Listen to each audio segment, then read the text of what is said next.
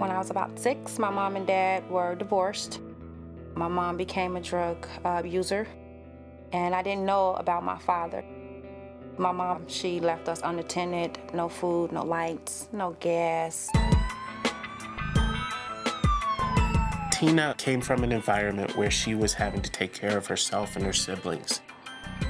She talks about being a small girl and sitting on this curb, crying because she was hungry, because she didn't know where her mom was, because she was just really scared. The police saw me as a 6-year-old. They took us away immediately. My mom was arrested 3 days later. She didn't even know where we were.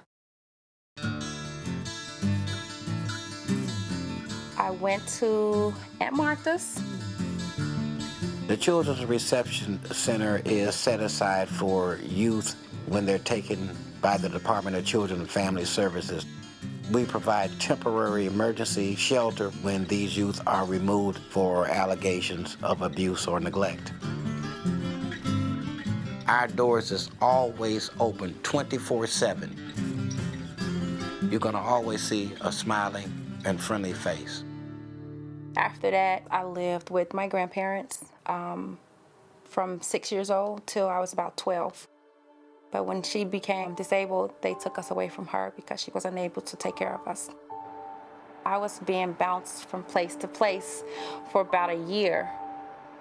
And I just got to the point where I didn't want to do it anymore. They asked me did I want to go with my mom at the age of 14 or go back to the group home, and I told them the group home.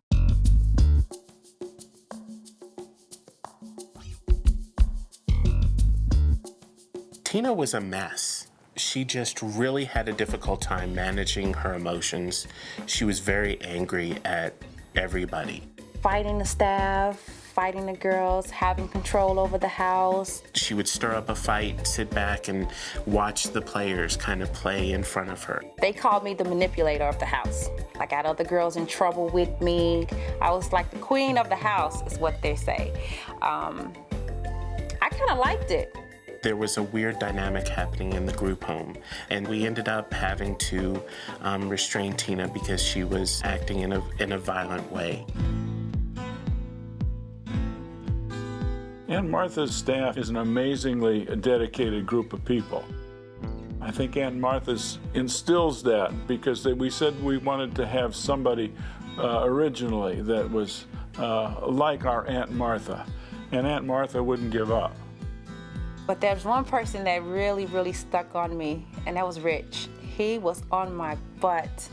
He wasn't gonna have it, me getting my way, so he changed all the rules. I couldn't sit at the head of the table. I couldn't sit in the front of the van anymore. We just kind of created a safe environment for her. We dug in our heels, and we weren't gonna just let her continue to be the way she was because we wanted her to be successful. He was really hard on me, but he always said to me, there's another Tina inside of you, and I never forgot that. We try to teach our family educators that though they are not the kids' parents, their job is to provide a family-style living environment in how they treat them as well as the physical plant. Kind of creating a family memory that a lot of them don't have. My first birthday was there. They had got me this basketball cake. They made me feel so special on my birthday because that was something that I had always missed. Even the girls made sure I had balloons and gifts. What brought about change in Tina's life was she decided to change.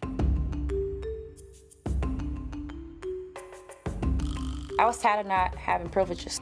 And in order to get privileges, you had to go to school, you had to do your chores, you had to come home and be responsible. I wanted to go out and be able to do things on my own, and the only way I can do that is if I abide by the rules. It was a lot of steps for me to take to improve. My senior year, I was in school from morning to night to try to make up credits because I messed up freshman and sophomore year. When she graduated, she was given an award for being the most improved student at Crete Money High School. If you would have told me 3 years back from that day that she was going to graduate with that kind of honor, I would have never believed it. I would have never believed it. I wanted to be the first person to graduate out of high school, out of my family, and I was.